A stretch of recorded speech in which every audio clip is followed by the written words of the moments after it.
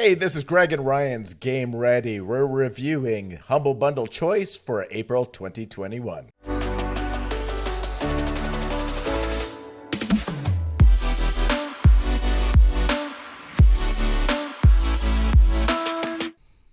Regarding Steam ratings, they're very subjective.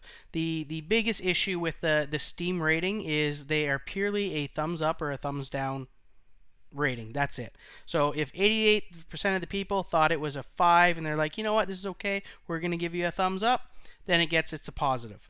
If, 42% of the people don't quite like it, then that's the negative portion of it. So that's where it's a little subjective. It doesn't give you it's not an 8.8 out of 10. It's 88% of the people say it's at least a thumbs up. Let's get into Shenmue III. I don't think I've played such a absolute trash recent game in my life. It was terrible. If you get past the 47 minutes of dialogue at the beginning of the game before you even get to move your character into the next 47 minutes of walking around the town to terrible dialogue, bad talking, bad interactions, I didn't find anything I liked here. What did you get out of this one? 3 things. 47 minutes of dialogue. There is no Steam rating. The Notebook is bonkers. I thought this was a remake of a Sega Saturn game. It plays like a Sega Saturn game. It's got graphics like a Sega Saturn game.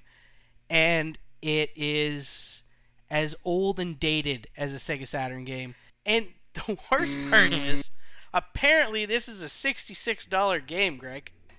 This is the most expensive game out of the indie games we have reviewed tonight. We haven't even got into the A-list titles. I can't wait to uninstall it off my computer. It's taking up precious hard drive space. Even after the last Humble Bundle and games we've run off this one, I think this is my single lowest rated game. I'm giving this a 1.5 and a... It is going on a list of the worst games we have played. But yeah, the gameplay sucks. Up next, we have Colt Canyon. I'm going to be honest, it's a little 8-bit. It's very simple in what it's trying to do and how it does it, but it does it very well.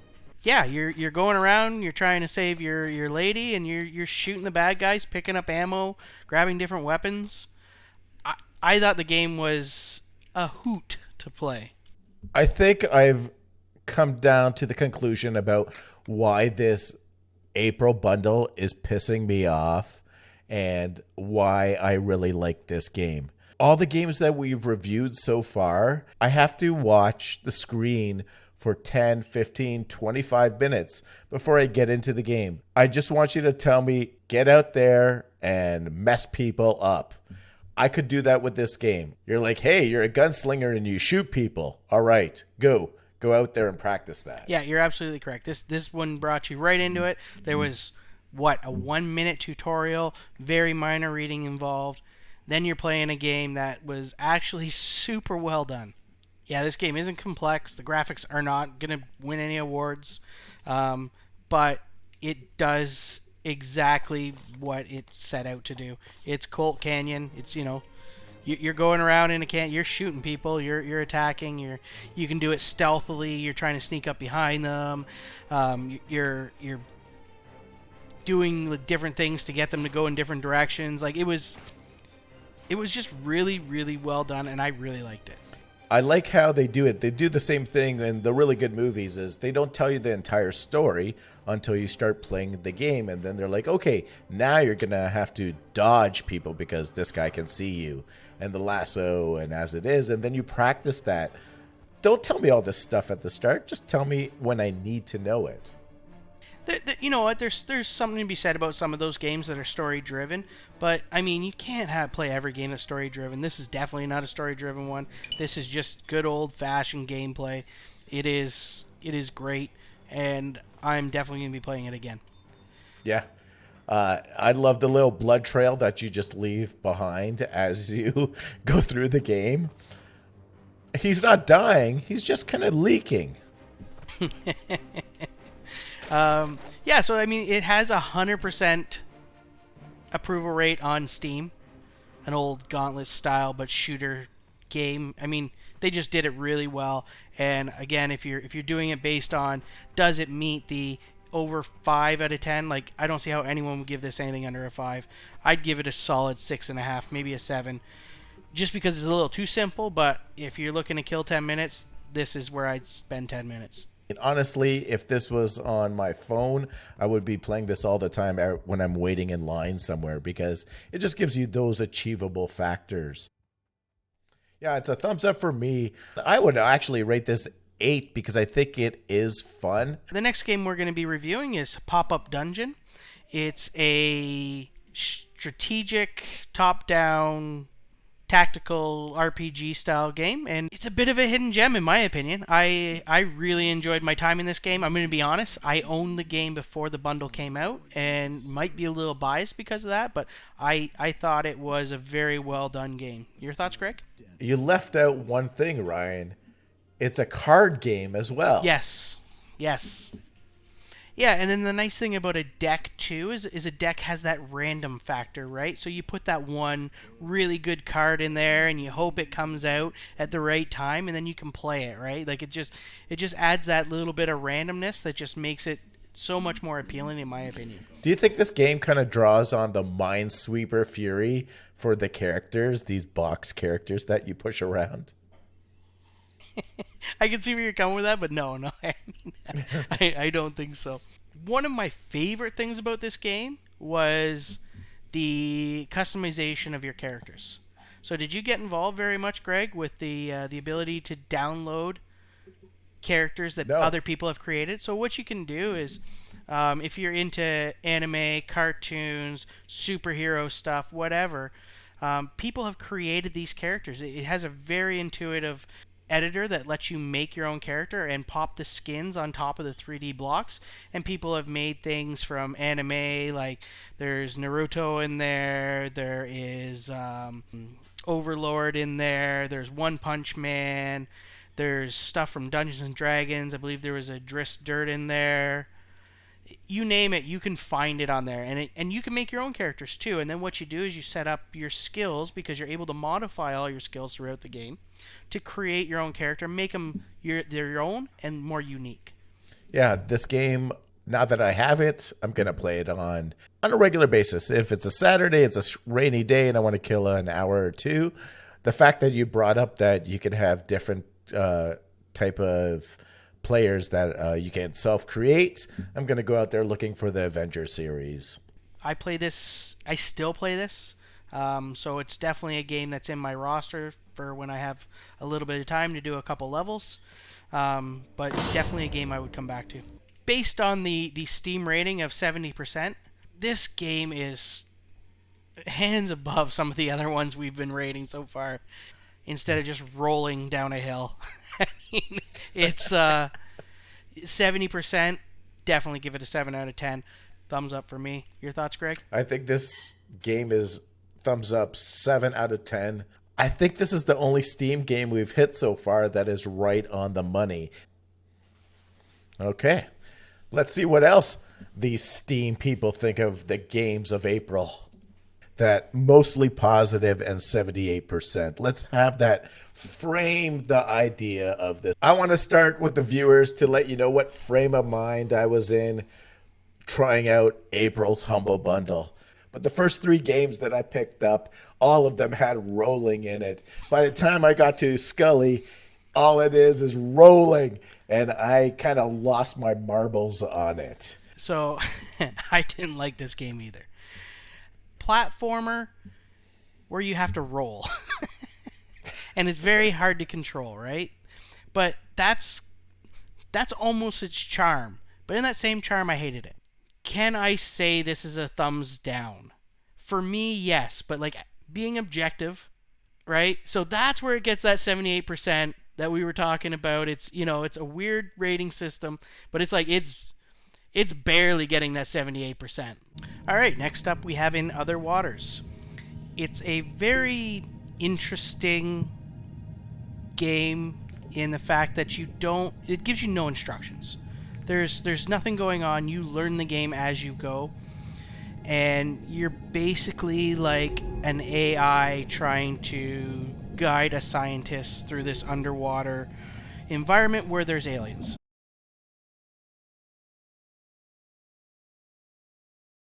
I had to explain that to you because I don't know how else to explain what this game is. I didn't like it a lot, but I found it intriguing. I found it very intriguing. Where I was almost part of the mystery, and it just, as much as it was like, I'm done with this game, it just kind of kept like tugging at me slightly. And I'm going to give you that kind of same impression about another game on this bundle. And it kind of had me gripped a little bit. I don't recommend the game, but I don't hate it. All right, group, we're going to get into Rock of Ages number 3, Make and Break. I didn't really care for anything about this game, honestly, to be completely honest with you. I liked it better than Skully as a whole. It is quirky, and I definitely enjoyed that quirkiness, but I definitely did not enjoy there's rolling in this game, and I just came from Skully, so I was out of the moon on this one. Very interesting. The actual story part of it, not the gameplay, the story part of it was very interesting. Monty Python. As for the Steam rating, this gets a 92% very positive. I'm telling you, this is everyone gives this game 50% 92 positive. Like it's like, what would you give this out of 10? 5 out of 10. It's like that's how it got the 92% positive. Yeah. Oh, no way is this a 92. I don't think this one is even a 42% for me. It is just, it's infuriating. I give it a 4, only because it has so many different modes, so it could maybe scratch some sort of an itch you have. Maybe it's sadism, I don't know. But let me ask you a question here, Greg. I didn't check. Did you check to see if there was a 1 or 2? No. Maybe they just threw a 3 on the end to try and get people to buy it. It's like, oh shit, we're now on number 3. I wonder if it's kind of like The Hangover came out, so number 1 was great, and then all of a sudden they had Hangover 2 and Hangover 3, which they should never have done, and they just did it for the money, and that's what we have here. We have Rock of Ages 3 that is just terrible. Again, I think this has, certain people in mind, and I'm not sure who those people are, but... And the rest of you that identify with Ryan and us about our gaming, yeah, you would do the same thing. So you trust us. This one is a down for sure. Up next we have Aven Colony. Aven Colony? Ryan, you know me. What did you think of this game going into it? What was your first thing that popped into your head playing it? SimCity. SimCity, exactly. I'm a SimCity nut, so this game really, I'm like, ooh, let's see a different version of SimCity. Got into the game, and I'm like, yeah, where are all my Sims? I don't identify with these people at all. Yeah, I mean, this is more of a... This is the way games are going now. It's more of an overall building style game. It's pretty good. I lost a little bit of time in it.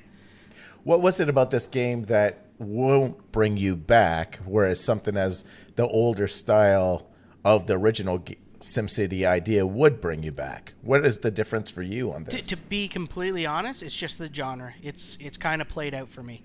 It's, unless it's bringing something completely new to the table, just like you said, why wouldn't I play SimCity? It's the original.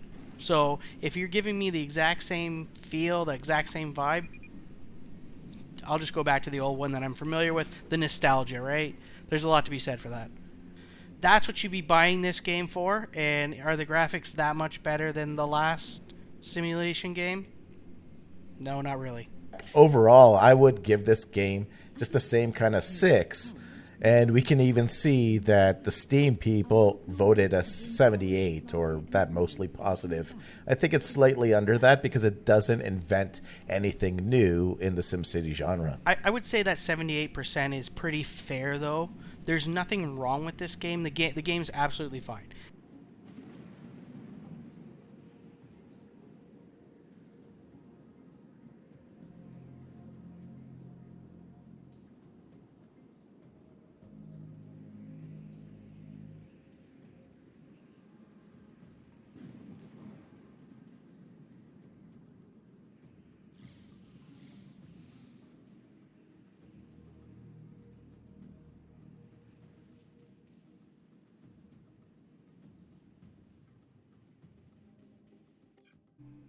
And for me on this game, yes, I would come back.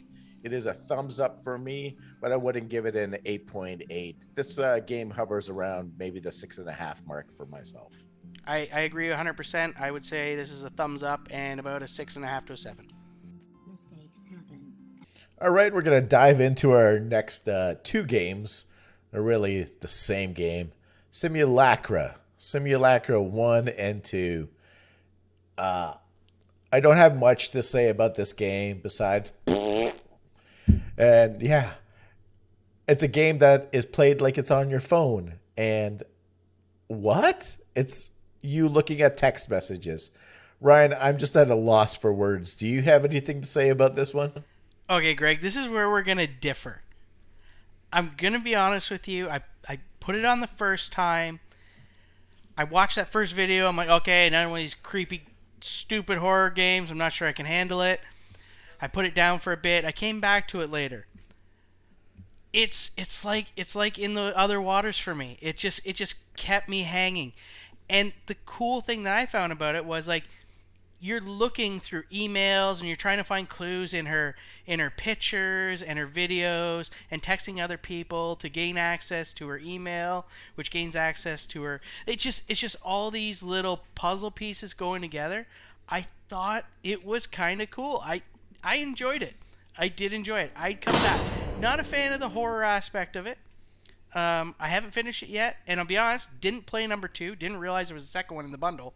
But the first one I played, I gave it almost a couple hours, and I really started enjoying it. I found that number 2 was the same play on number 1. They were just banking on the number 1, but I hated that it was just looking through cell phone records or chats. Geez, I do that in my own life. Why do I need to play a game? Aren't games supposed to take you out of the game, out of the world that you live in? Yeah, and you know what? I don't disagree with you that the everything being in the cell phone was a little bit much. Like it was like, okay, it'd be cool if you were walking around a room somewhere and then you'd have to go back to the cell phone occasionally, right? Like other environments other than just the cell phone. Just the fact that the only thing you were doing was the cell phone got a little tedious, but it also added a bit to the little charm the game had, right? Like I still really enjoyed it. Like going on her basically Tinder and swiping right on people, and then people would email you, like start texting you. I just thought it was very interesting, right? I thought it was good. I enjoyed it. I don't see anyone coming back to this game after you played it once, but it was fun. Up next on the docket, we have Remothered, which is a survival horror style game. I hate this game with every ounce of my being. I really do. I don't like horror games. Don't like them, and this one had me not wanting to play it at all. It's well enough done, but the graphics, in my opinion, were pretty trash. If you see the way the characters are rendered and their fingers and stuff, it's like, ooh, they just have hot dogs on their fingers. Like, that's how they're grabbing stuff. It was awful. But I will say that, creepy vibe, absolutely it'll get a creepy vibe. I gave this one all of till I got chased the first time, and then I was done. It reminded me of Asylum, which is another game like this. There's so many of these where the Greg. Do you remember back in the day the old Friday the 13th, the Nintendo game, where like you'd randomly scroll to a screen and Jason would be there with his machete and the game would be over? Yeah. You just pop out and that's what this is. And even that game freaked me out. I'm like, I didn't want to go to the next screen. I'll just stay here. It's safe right here. There's no one here. But I think in that one there, eventually he would come anyways if he took too long. Tyson, one punch. It just happened. Ryan, I did something special with our video feed here that we can see is that I'm creeped out by this game as well. And I played it, but something about it that drew me back to it was how they played the creepiness. It just wasn't plain Friday the 13th creepiness that it's going to pop out. So now you can see on the screen that I took the regular scene that is dark and I highlighted it and I brought out all the shadows of it. And it's the difference in a video or a movie where they play the music. Is it a clown music or is it that, oh, you're going to get killed music? I didn't play the game all lit up like this, but the moment I watched this video back, I'm like, oh, this game is just another mystery. I can do this. Until I walked around the corner and I got lynched or shot at or a monster jumped out of the corner. Then I'm like, oh my goodness. Yeah, I don't like the cheap jump scares. I don't like having to run for my life. I hate hiding in closets. It's like, is this work? Yeah, I mean, even one of like the later games with that, I can't even think what it's called. It's that alien one where you're trapped on a ship and you're doing stuff around the ship and then the alien can pop it out at any time. It's like, I'm not interested in playing that game. Not interested at all. Creep factor, though, I mean, it seemed well done. I'm going to be honest. Your thoughts, Greg? There's one thing at the start of this game and in the loading screen that it says, if you see a monster, just run. That is your best option. And that soured me because the whole point of the game is running away from this scariness, which you and I are definitely doing by playing it and not playing it. But the fact that that's built into the game felt like that was just this caveat that is there that don't stand up to what is the terror in this game. So they made it sound it's scarier than it actually is. You know there is no chance for you to win. And that's the problem, right? So you have to run. Your way of winning is hiding.